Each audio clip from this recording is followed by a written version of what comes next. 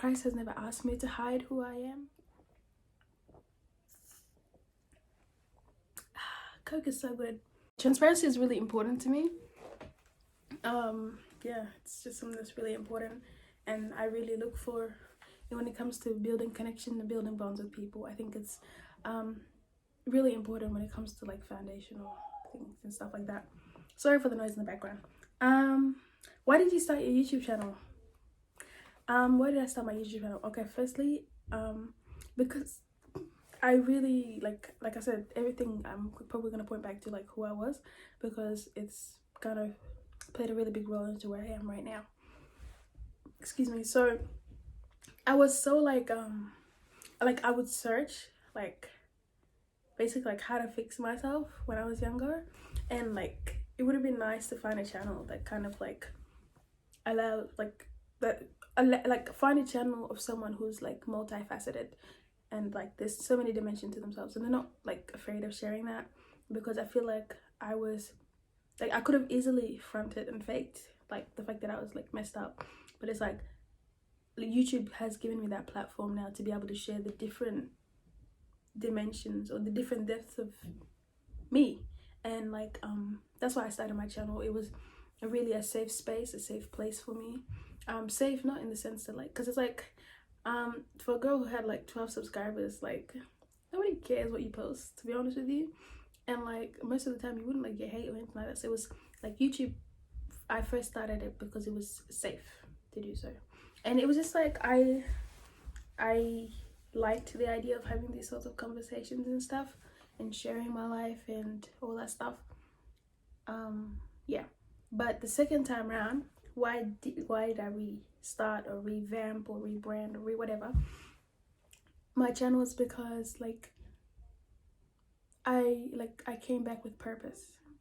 It wasn't just videos about some girl who lived outside of Melbourne anymore. It wasn't just about this broken girl who was looking for validation or like looking for like her tribe, or like, you know, it wasn't like that anymore. It was different. I came back and I had purpose, and I realized why I did the things that I did, and I love it.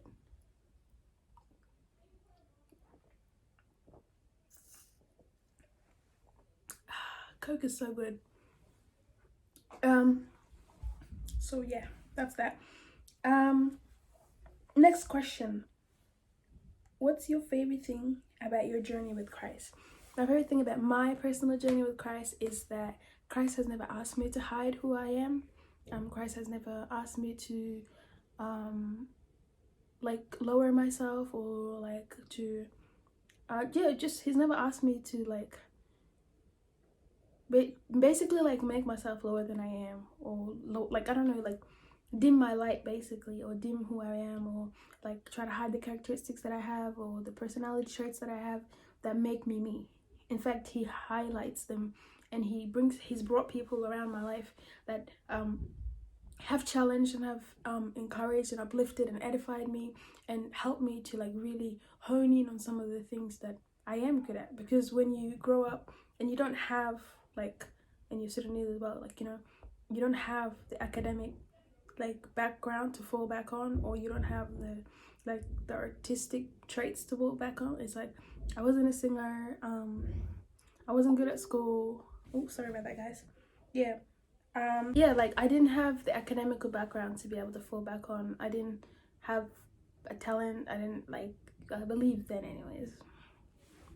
It's mute, it's mute now. Like I just didn't really like think I had anything to offer. So it was like all I knew how to do was to talk.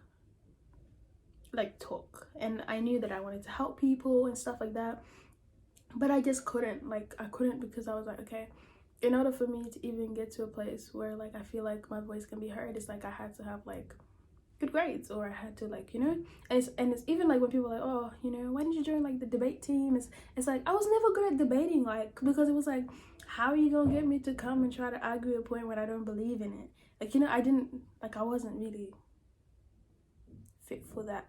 So it was like all I knew that I was good at was talking.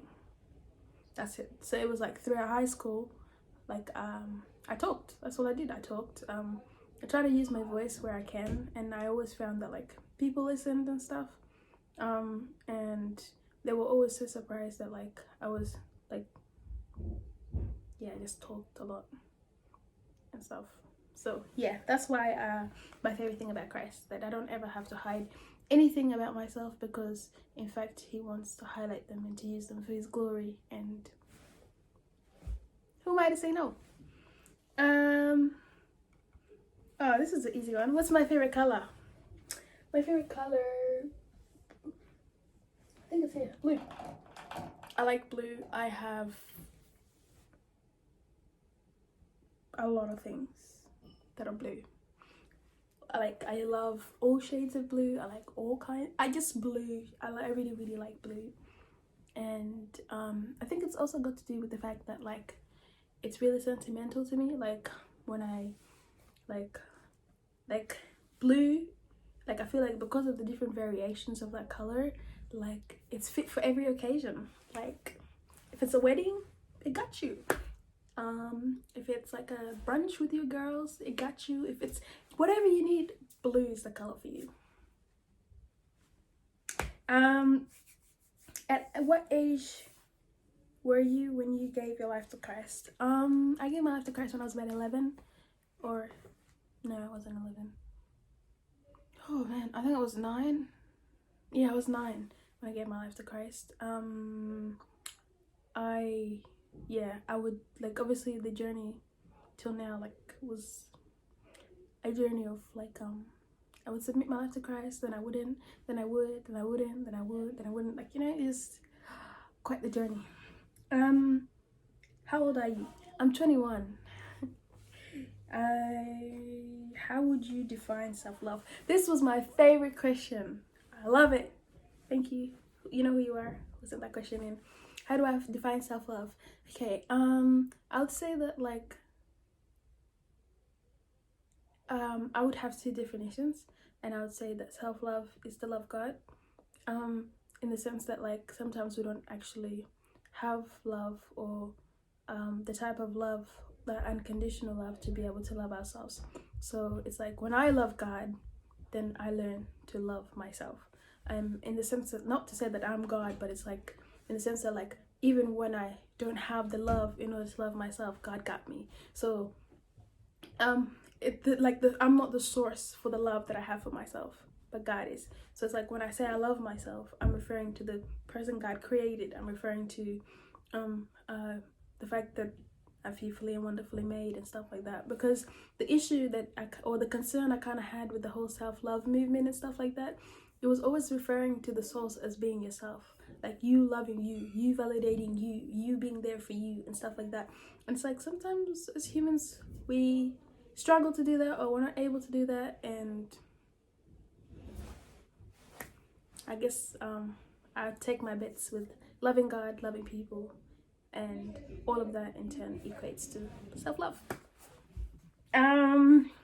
Thoughts on religious satire? This was also one of my other favorite questions, because religious satire is my favorite genre. My favorite genre of comedy. It's my favorite genre in just everything. I love satire. If for some of you guys who might not know what satire is basically like talking about really like important and deep issues and kind of like taking the piss or making them a joke in a fun manner. Some of my favorite people who do religious satire include, kudos to you if you know who this man is, and also it includes, and yeah, thoughts on religious extremism. I think this is also one of my other favorite questions, because I have a story time coming for you guys about how I almost became a religious extremist, and I'll keep my thoughts for that video, so keep a lookout for that. But yeah, guys, that's basically all the questions that I got. I think they touch base on like every category. And one last thing in this mukbang / Q&A / whatever is my love for cake. shout out to the cheesecake shop. You guys make amazing cake. And yeah, so what do I have with me today? I have the cookies and cream cheesecake, and woo, mate, I don't even know how I'm going to be able to show you guys this thing. Okay, hold on. Oh, if you guys didn't know, it was my brother's birthday. That's why